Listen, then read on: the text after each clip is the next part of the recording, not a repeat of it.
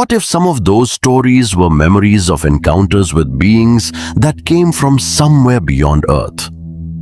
And what if one modern Himalayan yogi claimed to have witnessed something that sounds remarkably like an encounter with an unknown intelligence?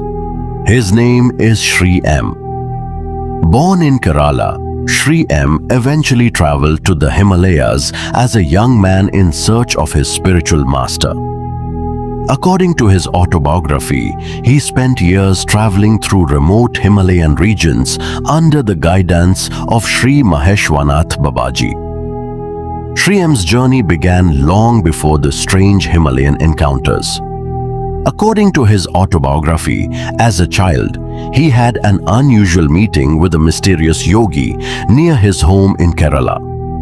Years later, at around 19 and a half, he left home and traveled north toward the Himalayas. He was searching for the master he believed he was destined to meet. Eventually, beyond Badrinath, he reached Vyasa cave, where he encountered Sri Maheshwarnath Babaji. Sri M would spend approximately 3.5 years traveling and learning under him. This wasn't simply a journey through mountains.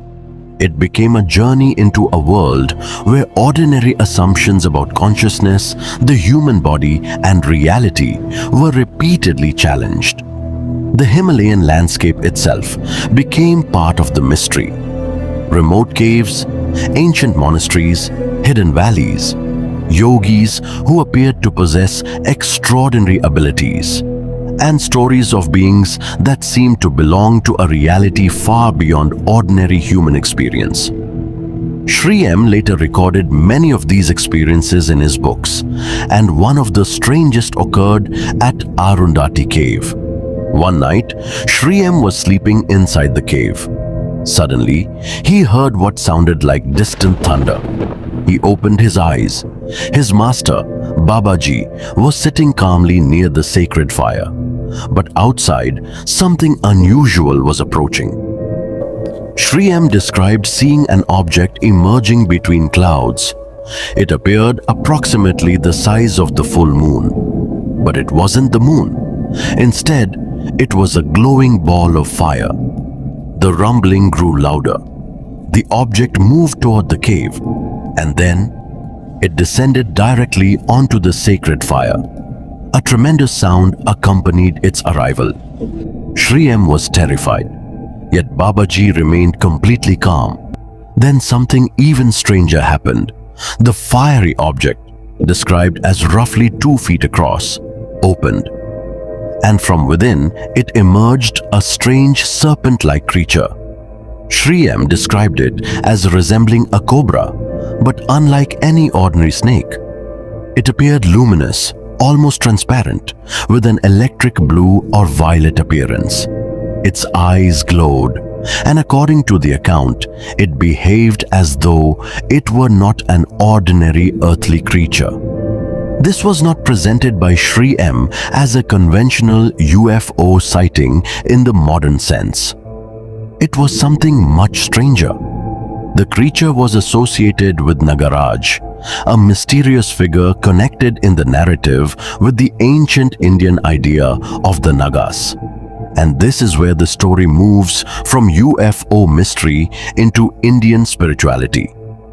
In Indian spiritual traditions, Nagas occupy a fascinating position. They are commonly represented as serpent beings. But reducing the Naga tradition simply to snake worship misses something important. Across Indian mythology and spiritual literature, Nagas can appear as powerful supernatural beings associated with hidden realms, wisdom, water, fertility, and guardianship. The name Nagaraj, meaning King of the Nagas, carries a particularly powerful symbolic meaning. Sri M's account adds another layer.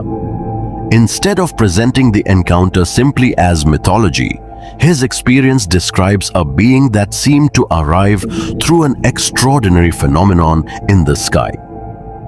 This raises a fascinating question. Could some ancient stories of beings descending from the heavens have been interpreted through the religious language available to ancient people? A modern person might say extraterrestrial.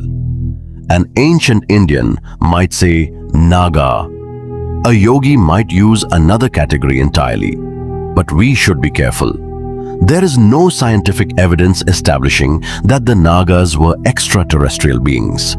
The connection is speculative. What makes Sri M's account interesting is that it creates a bridge between two worlds: the ancient spiritual imagination of India and the modern fascination with extraterrestrial intelligence. The story becomes even more extraordinary in Sri M's later writings.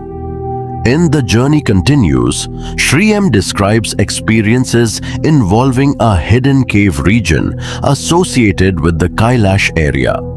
There, according to the narrative, his teacher explained that certain caves contained relics connected with visitors from beyond Earth.